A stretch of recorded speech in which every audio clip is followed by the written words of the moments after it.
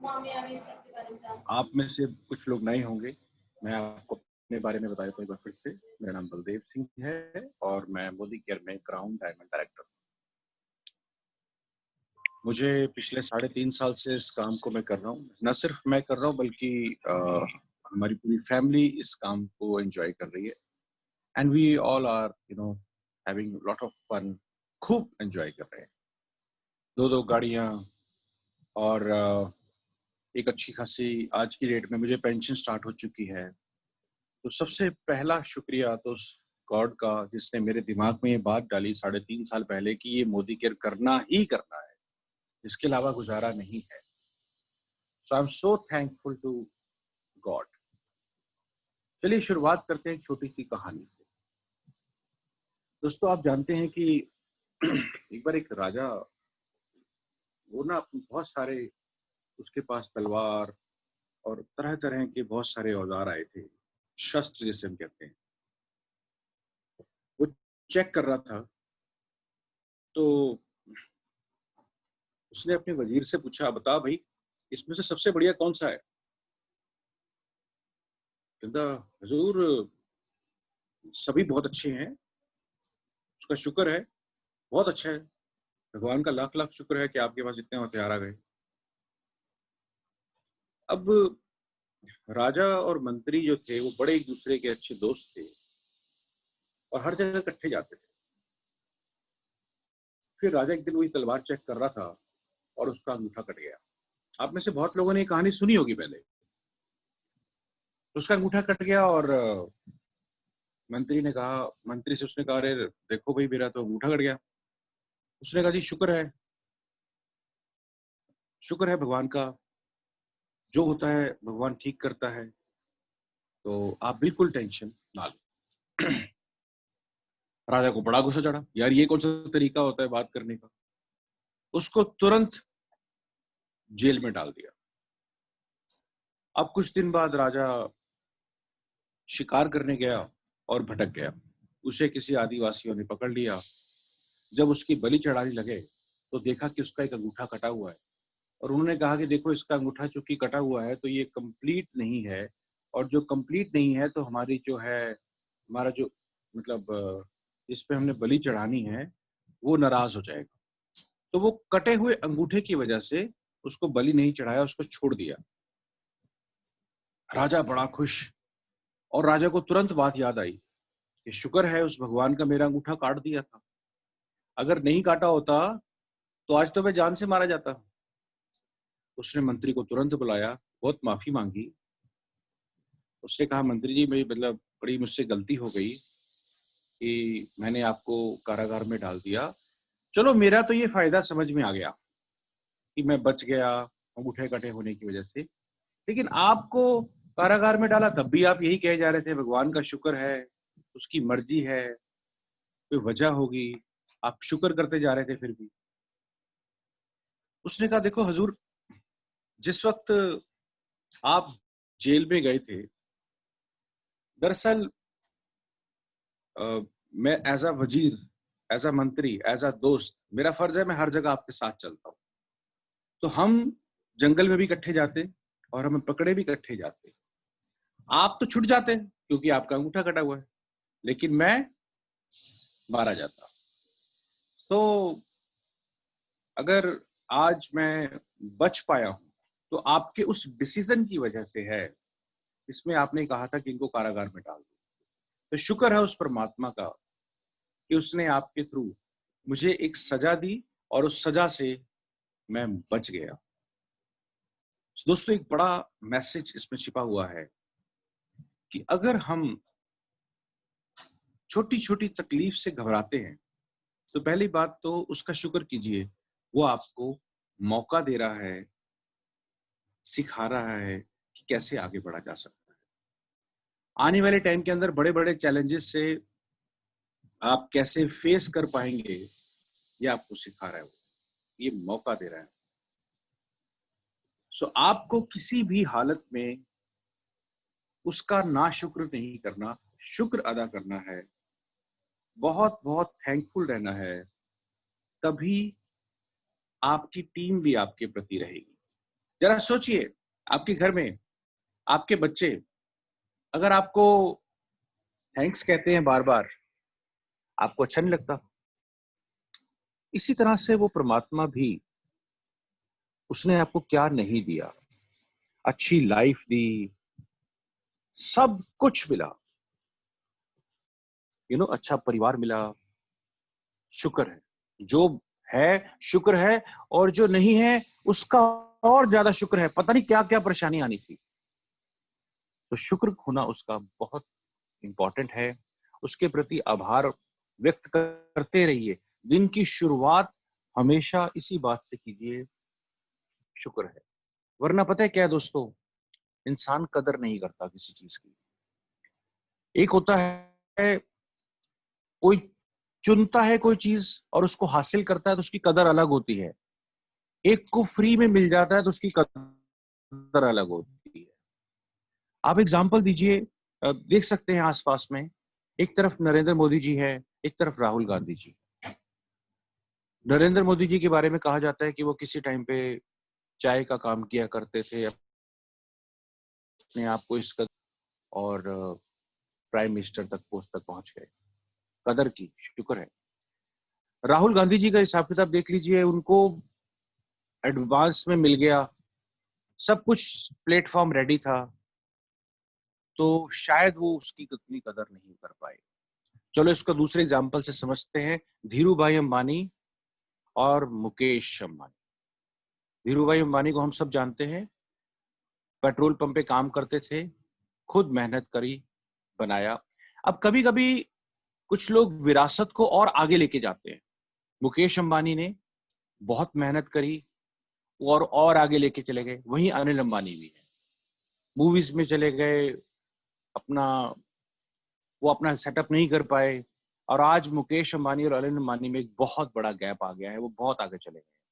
तो सीधी सी बात है, सबसे पहले आपको जो मिला है उसका शुक्र कीजिए।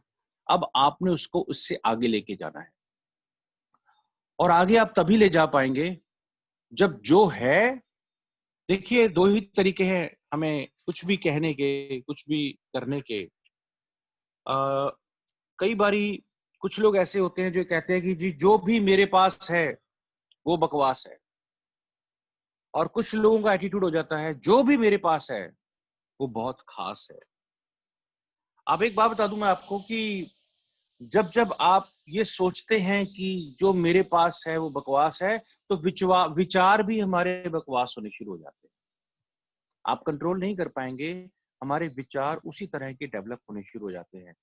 फिर हम कहते हैं हमारी टीम इज्जत नहीं करती।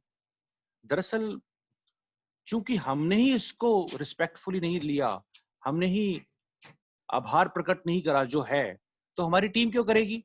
वो भी आपके प्रति आभार प्रकट नहीं करती, बल्कि दोष लगाना शुरू कर देती। तो हमारा जो व्यवहार है वो अगेन विचार से ही बनता है। सीधी सी बात है कि सबसे पहले आपके पास जो है उसका शुक्र कीजिए। शुक्र कीजिए, आप मोदी केयर में आपने टाइम से स्टार्ट कर दिया है। आने वाले 2-3 साल बाद, भगवान ना करे कोई दोबारा से कोई ऐसी नेचुरल क्लामिटीज या इस तरह का कोई चैलेंज आता है, तो आपके पास एक बैकअप तैयार होगा। आज मैं मानता हूं कि इतनी हो सकता है अभी आपको 1,00,000-2 लाख ही आ रहा है, या हो सकता है आपको 1,000-2,000 ही आ रहा है, लेकिन शुक्र है आप आज सुन पा रहे हैं। लाखों लोग मीटिंग अटेंड करते हैं, करोड़ों लोग नहीं भी करते मीटिंग अटेंड, मगर उन लाखों में से कितने लोग हैं जो इस आभार की मीटिंग को अटेंड कर पा रहे हैं? शुक्र है कि आज आप जो है ये सुन पा रहे हैं। मैंने भी देखिए कहीं ना कहीं से बुक्स में पढ़ता हूँ, और वही आपको मैं समझा पाता हूँ। वरना तो अगर मैं कोशिश करूं तो मेरे पास ऐसा कुछ नहीं है। सिर्फ और सिर्फ ये बुक्स है, आप लोगों का साथ है। शुक्र है कि इतना सब उस भगवान ने जो है इस लायक बनाया है कि आज मैं आपके सामने खड़ा होकर बोल पा रहा हूँ। यकीन मानिए, एक आम स्कूल टीचर क्या होता है, उसे क्या पता होता है तब कैसे करना है, लेकिन आहिस्ता आहिस्ता आहिस्ता एक ट्रेनर बने और फिर मौके खुलते चले गए। जिस वक्त आपके अंदर एक इच्छा शक्ति होती है और उसके प्रति आप आभार प्रकट करते रहते हैं। जब आल्टो थी तो आल्टो खूब चलाई, आज जब परमात्मा ने इको स्पोर्ट दी है तो वो भी खूब चला रहे हैं, और भगवान जो आगे देगा वो भी शुक्र है। वरना अगर चिंता करते रह जाएंगे तो कहते हैं चिंता ऐसी डाकनी काट कलेजा खाए। वो अपलाइन बेचारा क्या करे, कब तक दवा लगाए। आप एक बात बताइए, कई बार हम बहुत चिंता में पड़ जाते हैं, ये क्या होगा, कैसे होगा, अब तो मतलब परेशान हो जाते हैं। हम भूल जाते हैं लॉ ऑफ अट्रैक्शन में हमने क्या सीखा था। ये बार बार हमें याद नहीं दिलाना चाहिए, हमें रोज अपने अंदर ये चीज को याद रखना चाहिए कि हमें किसी को कहना ना पड़े। रोज ग्रेटिट्यूड पे रहिए सर, रोज। या तो आपका जीवन आभारी होगा या बहुत भारी हो जाएगा, बहुत भारी हो जाएगा। राइट? तो हमेशा एक ग्रेटिट्यूड का एटमॉस्फेयर बना के रखे दोस्तों। अक्सर जो लोग एक दूसरे को प्रति ग्रेटिट्यूड रखते हैं वो दोष नहीं लगाते, वो परिस्थिति पर दोष नहीं देते, वो अपनी मनोस्थिति को मजबूत करने में लग जाते हैं, ना कि परिस्थिति को दोष देना शुरू कर देते हैं। नोटिस करिएगा, अक्सर जो लोग दोष दे रहे होते हैं, ये प्रोडक्ट ऐसा क्यों हो गया, वैसा क्यों हो गया, इसको तो ऐसा होना चाहिए, इसको वैसा होना चाहिए, अगर वो होता तो ये होता। यकीन मानिए दोस्तों, हमें सिर्फ अपने आप को बदलना है। आज एक वीडियो मैंने अभी थोड़ी देर पहले सुबोधनी मैम ने उड़ान ग्रुप में डाला, बड़ा शानदार वीडियो लगा कि फर्जी है तो उसको क्या क्या जवाब दिए। मुझे वो जवाब बड़े पसंद आए। आप जरूर उस वीडियो को देखिए, मैंने तकरीबन ग्रुप में उसको आगे फर्दर शेयर किया है। अक्सर ग्रेटिट्यूड पीपल हमेशा अपनी परिस्थिति को बदलने की कोशिश करते रहते हैं, वो मनस्थिति को बदलने की कोशिश नहीं करते। अब गड़बड़ क्या हो जाती है, मतलब हमें पहले मनोस्थिति बदलनी चाहिए, फिर परिस्थिति पे काम करना शुरू करते रहते हैं। हम लोग ठीक उल्टा करते हैं, बस रिएक्ट कर देते हैं। तो हर एक्शन का जो रिएक्शन, उसमें पॉज दीजिए, वेट कीजिए। जो हो रहा है वो भी अच्छे के लिए हो रहा है, आपको सिखाया जा रहा है, आपका अनुभव बन रहा है, और उसी की वजह से आप आगे बढ़ पाएंगे। यकीन मानिए, मैं आज एक कैलकुलेशन कर रहा था कि एक दिन में तकरीबन 1440 मिनट होते हैं, और अगर आप 365 दिन की बात करें तो 5,25,600 मिनट होते हैं। और अगर आप नोटिस करें तो हम जो ब्रीद लेते हैं, जो हम सांस लेते हैं, वो 3,15,06,000 बार हम सांस लेते हैं एक साल के अंदर। डिपेंड करता है आपकी पल्स रेट क्या है। पिछले साल आप सब ठीक ठाक रहा, शुक्र है, वरना आप देखिए लाखों लोग हर साल मर रहे हैं, और हर मिनट में 106 लोगों की डेथ होती है। आप गूगल पे डेटा चेक कीजिए, हर मिनट 106 लोगों की डेथ हो जाती है। और जब से कोरोना आया है तो ये डेथ रेट बढ़ रहा है। हम फिट हैं, हम फिर भी नाशुक्रे बने हुए हैं। आपको सबसे पहले हमें उस परमात्मा का, अपने पेरेंट्स का, इनकी वजह से आज हम हेल्दी लाइफ जी रहे हैं, उनके आशीर्वाद हैं भाई। वो आशीर्वाद नहीं होते तो शायद हम ऐसी लाइफ नहीं जी रहे होते। अपलाइन का, अपने हार्ट लाइन का, देयर इज नो अपलाइन और हार्ट लाइन, जस्ट एक वर्ड्स हैं। हम सब बिजनेस पार्टनर हैं। रोज शुक्रिया अदा करें, रोज। जिन्होंने ना कहा उनका भी शुक्रिया अदा करें। आप आहिस्ता आहिस्ता देखिएगा, अचानक से वो वापस आपके लाइफ में आ जाएंगे, क्योंकि आपका जो अट्रैक्शन होगा, ये जो लॉ ऑफ अट्रैक्शन है, वो बहुत तेजी से काम करेगा, और आप उनको अट्रैक्ट कर पाएंगे आने वाले टाइम के लिए। बात कहने के दो ही तरीके होते हैं, कल भी समझाया था, एक तो डायरेक्ट और एक इनडायरेक्ट। आप व्हाट्सएप पे शुक्रिया अदा करना शुरू कर दीजिए, यूं ही thank you sir, thank you very much. तो जब आप बिना किसी कारण के ग्रेटिट्यूड में आ जाते हैं, सामने वाले को भी ये बात बहुत अच्छी लगती है। जरा सोचिए, आपको कोई ऐसे कहना शुरू कर दिया, आपको कैसा लगेगा? आप यूं ही अपलाइन को रोज थैंक्स भेज दीजिए, रोज, हाँ, विदाउट एनी कोई, बिना कोई ही बात के, कोई बात नहीं, जो भी हो रहा है, जो लाइफ मिल रही है, थैंक्स करना शुरू कर दिए। स्लोली ग्रेजुअली अपने आप ही आपकी टीम भी करना शुरू कर देगी और आहिस्ता आहिस्ता आहिस्ता ये एक अच्छा एक बड़ा पॉजिटिव वाइब्रेशन हो जाएगा तैयार, जिससे हम आगे बढ़ पाएंगे। तो बिलीव मी, अगर कहीं कोई गलती होती है तो उसको हम लोगों ने लंबा नहीं खींचना है। कोई ठीक है, आपस में नेगोशिएट तो करना ही होता है, लेकिन जल्द ही उसका एक निवारण ढूंढें, एक उसका सोल्यूशन ढूंढें और फिर आप वापस अपने ग्रेटिट्यूड एटमॉस्फेयर में आ जाइए। क्योंकि याद रहे, कहते हैं शेरनी का दूध ना सोने के बर्तन में रखा जाता है और ऐसे ही नहीं हर किसी बर्तन में खराब हो जाएगा। अगर आपको कुछ बड़ा चाहिए तो पहले सोच बड़ी करनी होती है। गरीब इंसान आखिर गरीब रह क्यों जाता है? गरीब पैदा होना बुरी बात नहीं होती, मगर उसकी सोच डेवलप नहीं होती।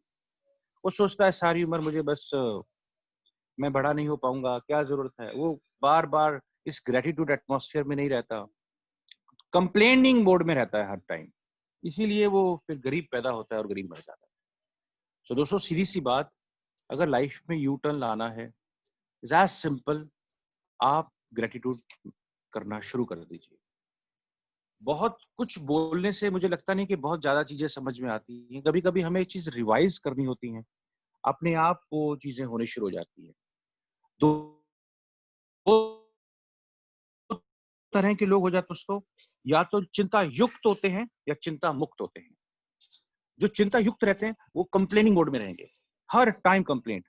आप नोटिस कीजिएगा, अगर आपने किसी को झूठ बोला है तो आपको याद रखना पड़ेगा, कितना जोर लगाना पड़ेगा उसको याद रखने के लिए। अगेन बीपी की शिकायत हो जाएगी, स्ट्रेस बढ़ जाएगा, कितनी सारी टेंशन हो जाएगी। अगर आपने किसी को सच कहा है तो आपको कभी चिंता ही नहीं होगी, बीमारी नहीं होगी।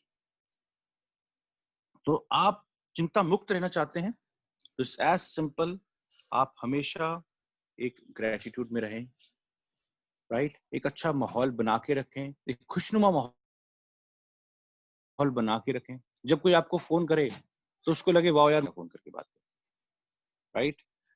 मैंने जिस दिन ज्वाइन किया था तब से लेकर आज तक हमेशा कहता हूँ जी मैं मोदी केयर कर रहा हूँ, खुशी है, मुझे बड़ा मजा आ रहा है। और यकीन मानिए, जब 1000 का चेक था तब भी था, और आज जब ये चेक आ रहे हैं आपको पता ही है, तब भी मैं उतना ही खुश हूँ। तो ये सिर्फ और सिर्फ आपकी खुशी को, ऐसा नहीं है कि पैसा ज्यादा आ जाएगा तब मैं खुश हूंगा, वो गलत। ये तो गलत तरीका हो गया सोचने का। आप खुश होंगे तो पैसा ज्यादा आएगा, आप खुश होंगे तो सपने साकार होंगे। सब बड़ा पैसा आने पर बड़ी खुशी होगी, ये गलत तरीका है दोस्तों। हमें हमें वो माहौल बना के रखना होगा। इज एज सिंपल, बच्चा पहले पढ़ाई का एटमॉस्फेयर बनाएगा तो रिजल्ट आएगा, और जब फर्स्ट डिवीजन आती है तो वो और खुश होता है। ऐसा थोड़ी होता है कि जो पहले फर्स्ट आऊंगा तो मैं खुश होऊंगा, या जो भी वो कंप्लेन करे बार बार। सीधी सी बात, पहले हमेशा माहौल बनता है, फिर वो चीज हासिल की जाती है। सो मैं आज आपका बिल्कुल ज्यादा टाइम नहीं लूंगा, सिर्फ एक ही बात को बार बार रिपीट करूंगा कि कोई भी अगर कठिनाई आती है तो या तो वो समस्या होती है या पहेली होती है। अगर आपके लिए वो हम समस्या समझेंगे तो मुसीबत हो जाएगी, लेकिन अगर वो एक पहेली होगी तो वो एक मौका होगा उसको सुलझाने का। आपकी टीम अगर आपसे कुछ पूछती है और आपको कुछ चीज नहीं आती, आप अपलाइन से पूछकर आगे समझाते रहें, क्योंकि वो एक मौका होता है, वो एक पहेली होती है, इसको आपको सुलझाना होता है। आप सिर्फ ऐसा ना करें कि आप सीधा अपलाइन का नंबर दे दें, बोलो डायरेक्ट बात कर लो। आप कोशिश कीजिए आप खुद उसको सॉल्व करने की। ये तभी हो पाएगा जब हमने कल के टॉपिक पे बात करी थी कि जब हम जिम्मेदार होंगे। तो जिम्मेदारी निभाइए और खुश रहने की कोशिश कीजिए, ग्रेटिट्यूड बनाइए। ये माहौल जितना बड़ा करते जाएंगे उतना बड़ा होता चला जाएगा। देखिए, कोई भी परिस्थिति है वो दो ही तरीके से सामने आती है, या वो बहुत ज्यादा जरूरी होती है या मजबूरी होती है। अगर कोई चीज जरूरी है, जैसे मान लीजिए एक चैलेंज आ गया आपके सामने, तो वो एक चुनौती की तरह आप उसको एक्सेप्ट करेंगे। लेकिन अगर वही चीज एक मजबूरी की तरह से आप देखेंगे तो आप उससे भागने की कोशिश करेंगे। तो मैं विद दिस टू वर्ड्स फिर से एक बार रिमाइंड दूंगा आपको कि जिम्मेदार बनिए और हर परिस्थिति को जरूरी समझिए, उसको एंजॉय कीजिए।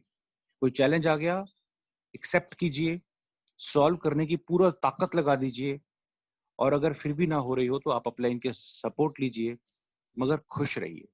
बिकॉज मैं फिर से बता रहा हूं कि अगर हमें कुछ महंगी चीज